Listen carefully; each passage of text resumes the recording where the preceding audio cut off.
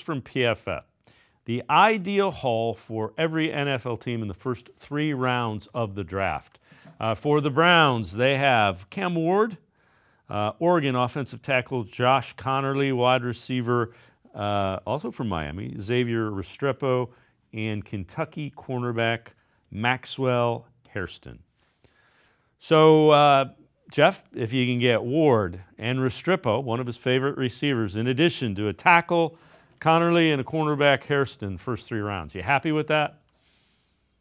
I do kind of maybe have a little bit of an issue with it. This wide receiver class is really, really tough. I think, there's basically about 4 or 5 that you really want. And then I kind of think everybody else is basically considered day 3. And that's probably a tough spot to be in there. Ward, Connerly, I have 0 issues with that. The cornerback selection, look, the Browns are already 5 deep at corner anyway. They draft a corner every year.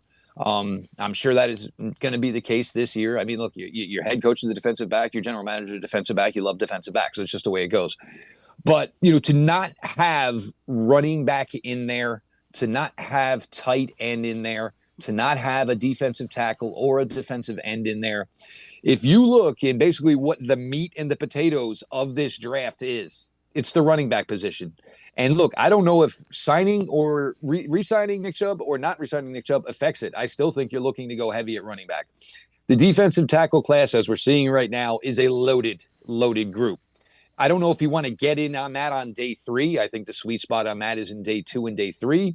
D-end, I kind of think it's kind of the same type of thing. I think you can get really good players, probably with either pick 67 or with pick 94, the pick you got in the Amari Cooper trade.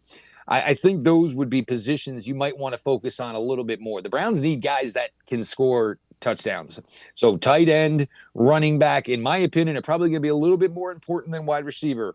I'm not doubting the need at wide receiver. I think a lot of people are underplaying just how much the Browns need another proven wide receiver. And look, I've been hunting everybody's roster trying to find who is that trade target for Andrew Berry this year. And it's kind of difficult to necessarily find that guy for the Browns. But those first 2 picks, home run picks, I just think there'll be greater guys who are ranked higher overall at positions that probably can have a path for them to play right away. So let me ask you this. Who, obviously, running back, and I think you and I have talked, and we want 2 from this class.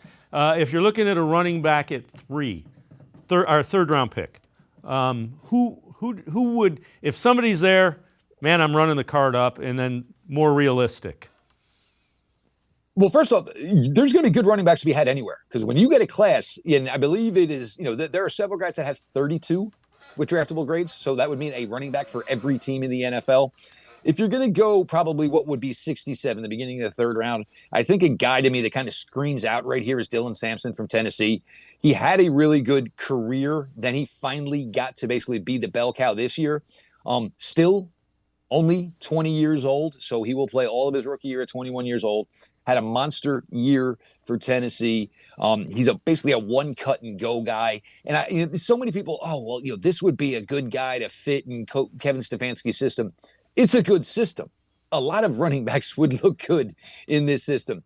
Some day 3 guys that I think have some appeal. And the reason I would like them, especially when we're saying maybe this is going to be the second running back you would add this year in this class, you're certainly going to put up a name like Donovan Edwards. It was weird. Donovan Edwards, August going into September, was probably one of the hottest names of all of college football.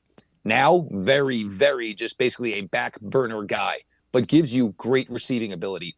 LaQuint Allen Jr. out of Syracuse. This is a guy that's kind of, declared, went to the Senior Bowl, and then everybody kind of started saying, oh, well, look at this. I have a good friend whose son is on Syracuse. I watched a boatload of Syracuse football this year. He had a second straight 1,000-yard season running the ball. Had 60 receptions, 500 yards receiving. That's only been done by like 3 or 4 guys in the entirety of college football. It's over 20 touchdowns. There are guys that you can pair up here.